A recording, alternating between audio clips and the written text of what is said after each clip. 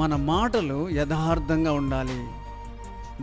దేవుని వాక్యంలో చెప్తా ఉంది, బింకములాడు పెదవులను ఆయన కోసివేయను. ఎలాంటి మాటలు అంటవి? బింకములాడు పెదవులను ఆయన ఏం చేస్తాడు? కోసివేయను. ఎక్కడుంది రిఫరెన్స్? 12వ కీర్తన 2వ వచనం చదవండి. 12వ కీర్తన